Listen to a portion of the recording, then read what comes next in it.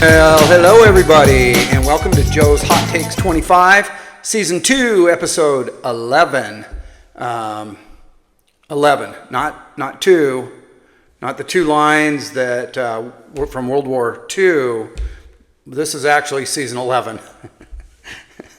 Oh man, I make bad jokes. Okay, so today, let's get into some good stuff. I want to get into some good stuff. I've been doing a lot of stuff on politics or hot takes, and I just want to tone it down. I like to do that every once in a while. So we're going to tone it down, and we're going to talk about some fun stuff, but maybe whatever. Okay, first, I have to put my book up. So The Cop and Me is a book that I wrote. It's about me. This is when I had hair. Take a look at it. It's a fun read. It's available on Amazon. It's available also on Barnes & Noble. And I have another book. Surprise! Mic drop, 25 takes that make you think. This book is all of Season 1's hot takes. So the podcasts have been converted into a book, and it's pretty fun. It's a good read. Fun, just short chapters, 4 or 5 pages per chapter, 25 chapters, nice, easy, fun stuff. Okay, again, available on Amazon, also available on Barnes & Noble. And that was my ad. I'm done. I'm done advertising. Okay, let's jump into this. Today, I want to talk about something that I think we need to do, and I talk about it on every podcast, kindness. Be kind to one another, and help each other out, and be curious, and all those fun things that we tend to not do. So today I want to talk about something called kindness and understanding, and I really kind of want to get into it. Respectful conversation, that's how we do hot takes. We want to sit down, we want to talk, we want to open up the dialogue, and we want to provoke thoughts and have open-minded, respectful conversation. So this just kind of falls right in there. This is part of it. Like when you want to sit down and talk with somebody about politics or religion or these hot topics, then sit down with an open mind, an open heart, open ears, listen, take it in. You don't have to agree. It's okay. You don't have to agree. But hear what they have to say, and you might learn something.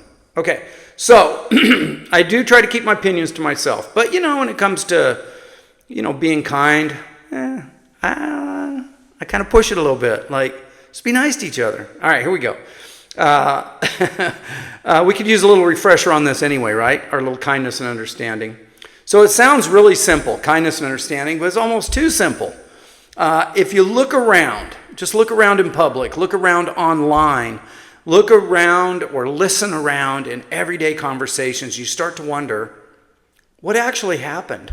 Like, where'd the disconnect come? What happened?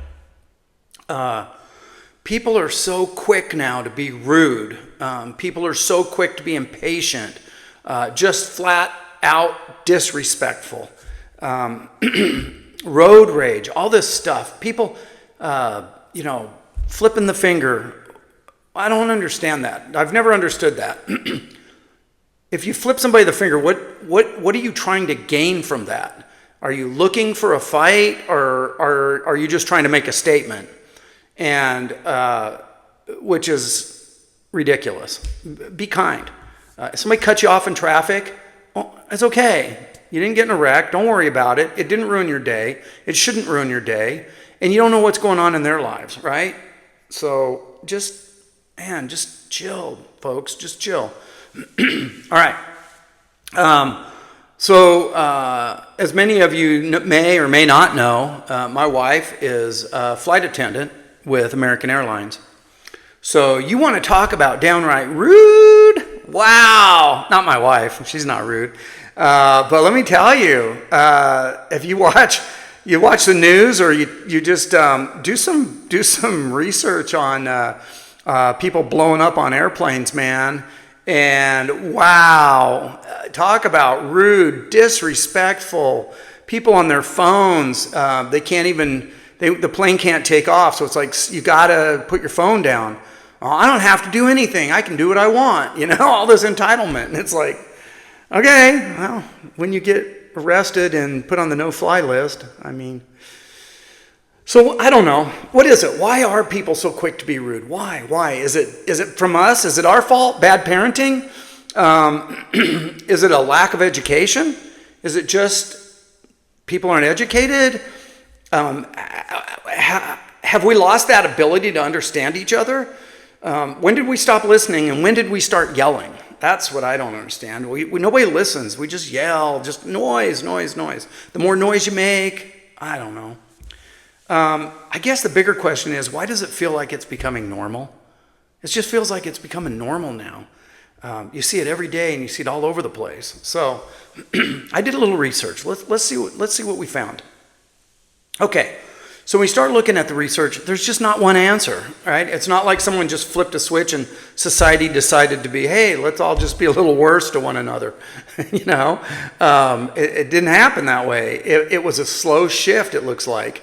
Death by 1,000 cuts. It took time, and it's painful, but it's happening, and the cuts are getting deeper, and they're more. So, one of the biggest drivers, I think, in this, and what I found in my research, is this little word called individualism, right? So we live in this culture that pushes personal success hard. Achievements, goals, status. We're always climbing the ladder. We're always chasing the next big thing. And all we're thinking about is our own individualism, it seems like. And look, there's nothing wrong with wanting to do well, to be better. That's okay. That's wonderful.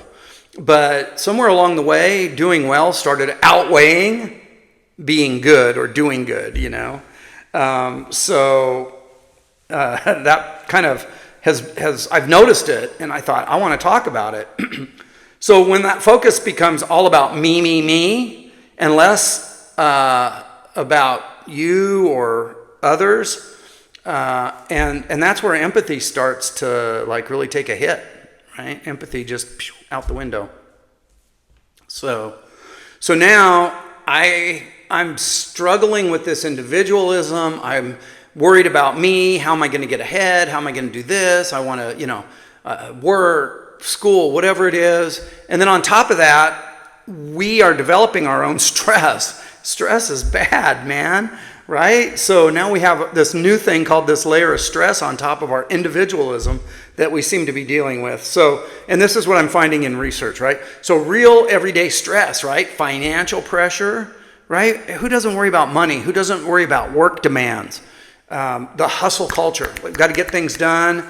Everything's instant now. Instant. If I want news, I can get it instant. If I want mail, I can get it instant. If I want information, I can get it instant. So everything has moved at such a fast pace forward that I think a lot of us got left behind. And so if you're not doing the 24/7 grind, you are going to fall behind, right? And people are tired. People are mentally tired. They're emotionally tired. They're physically drained. It's just enough. So now you're running on empty. Your patience is one of the first things that goes, right? So you're already dealing with your individualism. Now you're dealing with all of this stress. You're physically and mentally exhausted. You're just drained. Your patience are, your fuse now is very, very short. What about kindness? That starts to feel like effort. Oh, I have to be nice to people now? I don't want to be nice to people. Look, I want to go in, give me my coffee, here's your money, I'm out the door, right? There's no more of, hey, good morning, how are you? Everybody's talking. It's still out there. It is still out there. I shouldn't say there's no more of. It's still out there. But it's not as prevalent as it used to be. I live in the country, and everybody waves at everybody. Everybody's nice. There's a lot of yes, ma'am, no, ma'am, yes, sir, no, sir. Just you walk into a business and people are like, hey, how you doing? Can I help you? If you need anything, let me know. And I love that. We live in a small town, and I love that. You just don't see that anymore in the big city, it seems like. It just seems like a lot of that's gone. It's just sometimes we as customers walking into a business are more of a, problem to them. We're more of an inconvenience to them. So it feels that way. All right. So all of this, right? So you want me to understand somebody else. You want me to know what they're feeling or how they're feeling or care about their feelings. And it feels like a lot of work. So throwing a little kindness in, it does take a little effort. And then let's just throw on top of that the whole digital world, which I don't really care for, even though I'm using it. But I don't do like big social media presence. I just put my little podcast out, and if you listen to it, great. And if you don't, it's okay. I understand. Okay, social media, online conversations. Here's the problem with these, right? The tone is gone, and the context gets lost. How many times have you sent an email at work, and then somebody comes back and goes, dude, that was so rude. And you're like, rude? What are you talking about? That email you sent. What did I say? And all you're doing is sending words, but there's no emotion behind it. Unfortunately, now we have little emojis now. Unfortunately, you can't understand what I'm saying, and I might hurt somebody's feelings, and somebody might take what I'm saying wrong. So now I have to put a little emoji in there with a little smiley face, like, I'm not really angry, just asking, which doesn't seem to always work either. Okay, so, but it's hard. It's so much easier to be harsh with someone when you're behind a screen.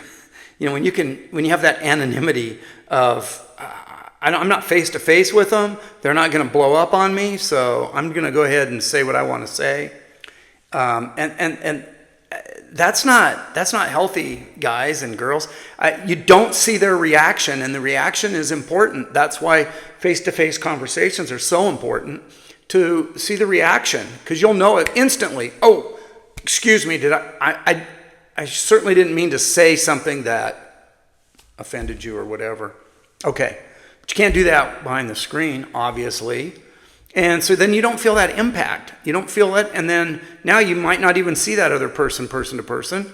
And so they're nobody. They're just somebody out there that you're just going to send nasty emails to, I guess. Unfortunately, that little word of anonymity really just lowers accountability. And when accountability drops, empathy tends to drop with it and go right on out the door, right? If not, I know I'm not going to be held accountable. The worst thing you're going to do is send me an email that says you're rude. I don't care. All right.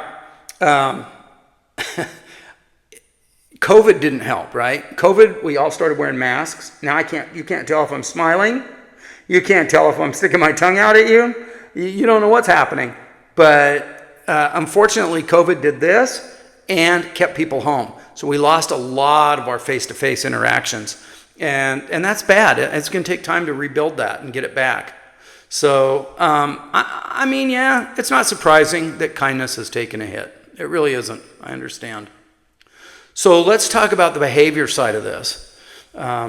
Because this is where it gets really hard to ignore it, right? The road rage, the airplane incidents, people snapping over the smallest little things.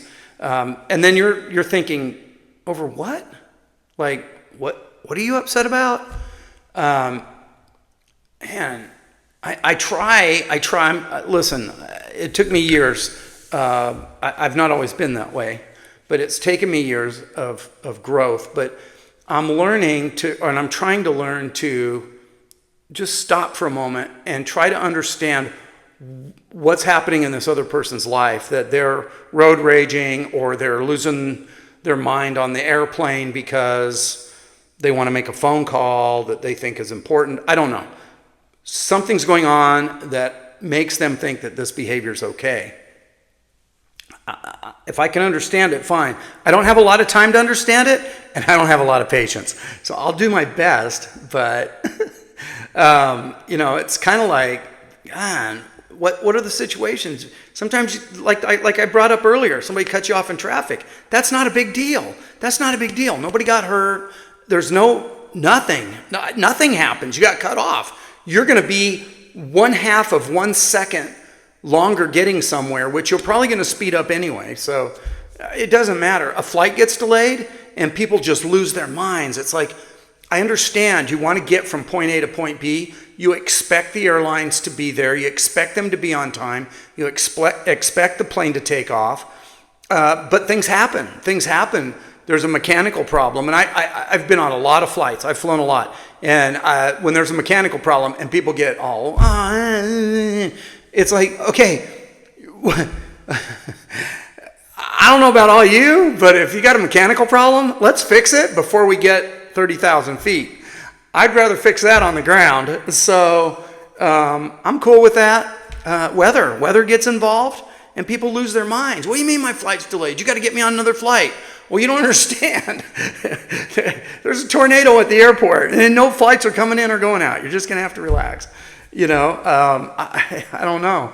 How about, have you ever been bumped into in a crowded place or at a store? This happened to me just yesterday or the day before. I was looking at some produce and I was being in my little individuality place, and I started walking backwards, just kind of looking, but I didn't even glance to see if there was somebody behind me. I backed right into this poor lady, and I said, oh my God, I'm sorry. She goes, no, it's my fault. I should have been paying attention. And now we're going to have an argument about who's at fault. So, but anyway, it was just, it's just nice though that was the reaction instead of, I can't believe you need to watch where you're going. But that didn't happen. She was super nice. But we've all seen it. We've all seen that reaction that gets completely blown out of proportion. It's like, are you kidding me? So what's happening? What makes that happen? So I did some research on that, and this is what I found out, right? It comes down to a couple of things. Internal pressure, external triggers. Internal pressure, external triggers. I'm having a bad day. I'm angry. I have financial problem. My car's not running right. I have a million things on my mind. I got to deal with this. And now the external trigger comes in. Somebody just cut me off in traffic. And now I'm ready to just throw it down. We're going to punch it out right here in the street. Problem is, nowadays, everybody's got a gun, so nobody's going to punch it out in the street. Somebody's going to get shot. So stay in your car, wave at each other, take a deep breath, and go, I don't need this. Okay. But people are carrying a lot of unresolved, built up stress, and it's sitting just right under the surface. It's right there under the surface, and it's just ready to at any moment.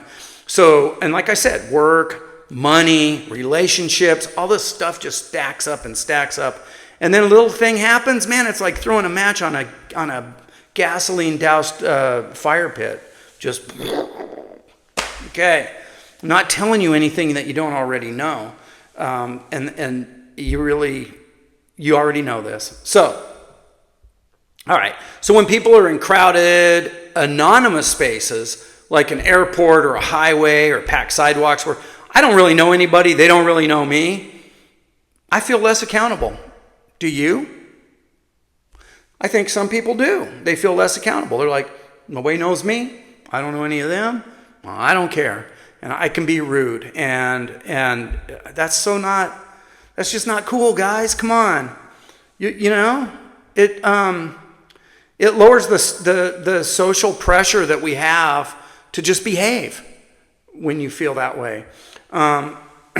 There's also this territorial mindset that kicks in. On the road, especially, right? People treat that space like it's ownership. It's like, you cut me off and now all of a sudden you're in my personal space. You're in my piece of the highway. Calm down and just take a deep breath. Now, some of this could be cultural driven, right? Because there is culture that drives some of this. We're constantly exposed to conflict. We see it on social media. We see it in politics. It's on TV. We see people arguing, shouting, tearing each other down, and often there's no consequences. If you watch a lot of these reality TV shows, people tear each other down, people say mean things. There's no consequences, none. And keep in mind when you're watching these things on social media and on TV, it's not real. Even when they call it reality TV, that's scripted. It is not real. It's not off the cuff. It is all scripted. They are all told what to do, when to do it, and so on and so forth. So don't think that it's just willy-nilly, they're just doing it. It's very, everybody has to stay in their own lanes. Now, where was I going here? See, I get sidetracked, and then, so you see these people doing this on TV, and then suddenly it's acceptable for me to do it out on the street in real life.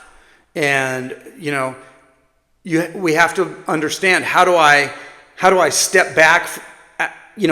How do I take what's not real and what's real and live with them? What's not real is what I see on TV. What's real is what I'm doing out on the street every day.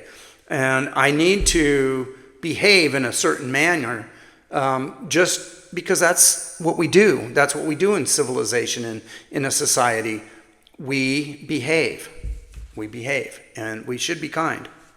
Now, so like I've said before, over time, this bad behavior gets normalized because we see it on TV. We deal with it ourselves. There's nasty emails flying around, all this stuff, right? And where did the kindness go? Where did the kind people go? Where did the people that are helpful and kind and understanding, where did they go? Did they morph into these ragers, or are they just staying back being quiet? It's crazy to see what happens over the most minor inconveniences. So anyway, I don't want to keep pushing that too much, because really I think everybody understands the littlest thing can cause the biggest problem. And unfortunately, we're seeing people get shot, stabbed, ran over, all these things. And I just have to ask this question: over what? Over what? Like what? What is it that's so bad? All right.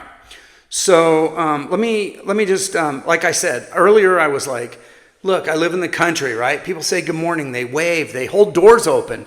I kind of left that part out. But there's this level of basic respect that feels normal. It's not forced, not at all. It's just how people interact. And it's so nice to just, to just see people holding the door open for another person. Just saying good morning, or, how you doing today? You don't have to know them, but let me tell you, you'll feel good for asking them how they're doing, and they're going to feel good later.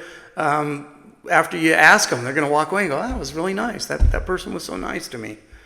And maybe that'll just carry on. So, I don't know. So, I don't know.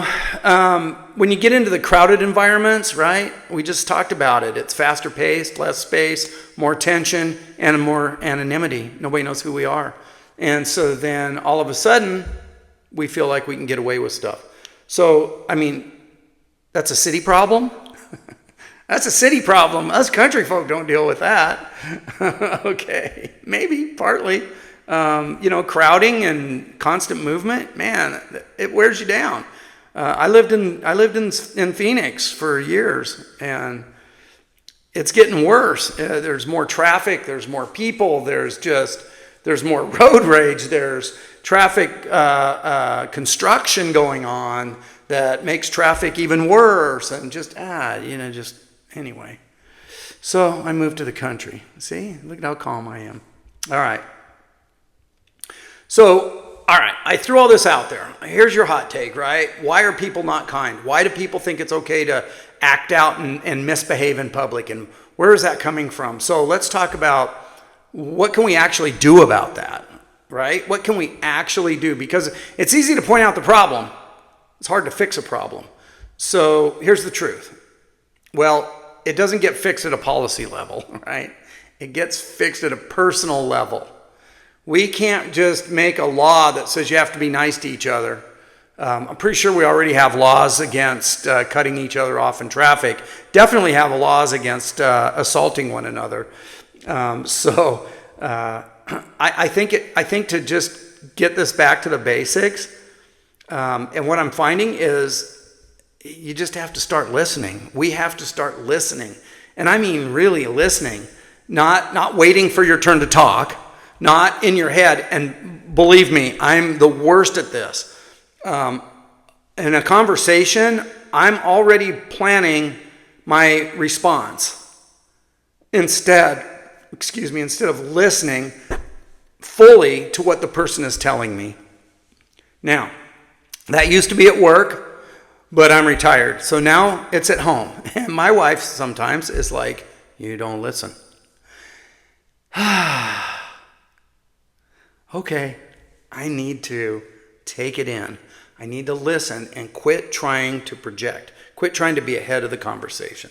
So, and now to add to that, listening and actually listening, you have to throw in empathy. You have to give people the benefit of the doubt. You have to assume, even if it's just for a moment, right, that they may be dealing with something that you don't see. They may be dealing with something that you're not aware of. So give them some grace, give them some empathy, and allow it. Now, that doesn't excuse bad behavior, right? That doesn't mean it's okay to act out, but it can change how we respond to it. And when we change how we respond to it, suddenly the aggressive people start realizing that maybe they are out of line. And there is a psychological transition that can occur. So managing your own reactions, I mean, that's it, right?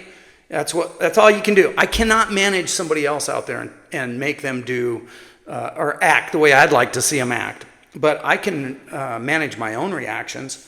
So we all have triggers. Understand those. What are your triggers? Is it noise? Is it stress? Is it frustration that builds up? Don't let it control you, right? Don't let it have control. And stress is so big, but just really learn to take a moment. I always thought it sounded so silly. Oh, just stop for a moment. Take 3 to 4 deep breaths. Hold your breath for 3 to 4 seconds, and then let it out for another 3 to 4 seconds, and you're going to feel so much better. And I'm like, that's stupid. And guess what? It works. And I started doing it. When I start feeling overwhelmed about something, I was having a little problem with my tractor yesterday. And at first I was really frustrated. I got really frustrated. And I thought, this should just work. This should just work. I should not have to be dealing with this. I should not be frustrated. And then I got more frustrated. And, your first reaction is, I just want to go over there and kick the thing, like it's going to change something, and it won't, except my foot would hurt. So I just said, you know what, today's not my day. I'm going to wait. I'm going to go do some other stuff today, and I'll deal with the tractor tomorrow. And guess what? I had cool thoughts. I was calm. I approached it. I looked at what was the problem. I realized how easy it was going to be to correct the problem. And suddenly, boom, everything just fell into place and everything's fine again. So it just took me taking a moment and getting away from it and being open-minded and listening and looking and understanding. Those are big things. So I know it sounds silly, right? That take a breath or whatever, but it works, guys. It works. And I'll tell you something else that can be really effective, even though it's a small thing, is just saying thank you, or saying I'm sorry, or saying, I misspoke, or just smile at someone, or again, hold the door open. They're not big, but let me tell you, people respond, and people respond in a positive manner.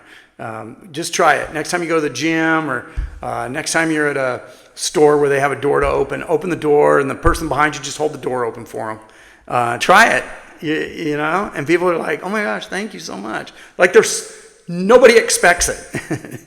It's a talent that has been lost.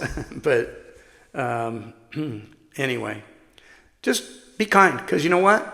It'll spread. So also that bigger shift that we need to really talk about, and that is shifting from me to we. Shifting away from just me, and all that individualism, individuality.